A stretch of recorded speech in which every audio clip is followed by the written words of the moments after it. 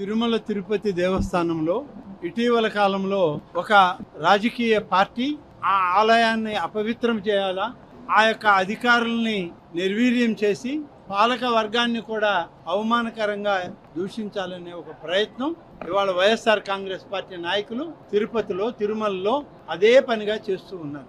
ఏదైనా ఒక మంచి కార్యక్రమం వస్తే దాన్ని అడ్డుకునే ప్రయత్నమే కానీ ఇంకా బాగా చేయండి లేదా ఈ విధంగా చేయండి ఇంకా మెరుగైన భక్తులకి మెరుగైన సేవలు వస్తాయని మాత్రం వాళ్ళు చెప్పరు.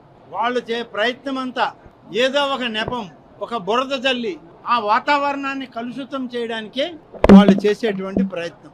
బ్రహ్మోత్సవాల సమయంలో ఒక రకమైన నిందలు వేశారు, ముక్కోటి ఏకాదశి నాడు మరొక రకంగా, నిన్న అందరికీ ఆరాధ్యుడైనటువంటి కోదండరామస్వామి కళ్యాణం గతంలో ఎన్నడూ లేనటువంటి విధంగా ఒంటిమిట్టలో చేస్తూ ఉంటే ఈ యొక్క గోశాల గురించి మాట్లాడడం, ఇవన్నీ చూస్తూ ఉంటే ఏమర్థమవుతుందంటే వైఎస్ఆర్ కాంగ్రెస్ పార్టీ నాయకులకు ఈ ప్రభుత్వం మీద, ముఖ్యమంత్రి గారి మీద నిందలు మోపడమే ఒక లక్ష్యంగా పెట్టుకున్నారు. దానివల్ల ఫలితాలు ఏమి లేవు. నిన్ననే మా పార్టీ కాదు, మాకు ఎలాంటి అలయన్సులు లేవు, సిపిఐ పార్టీ జాతీయ నాయకులు నారాయణ గారు గోశాలకు వెళ్ళారు. వారు ఏం చెప్పారు మీరు అందరూ విన్నారు.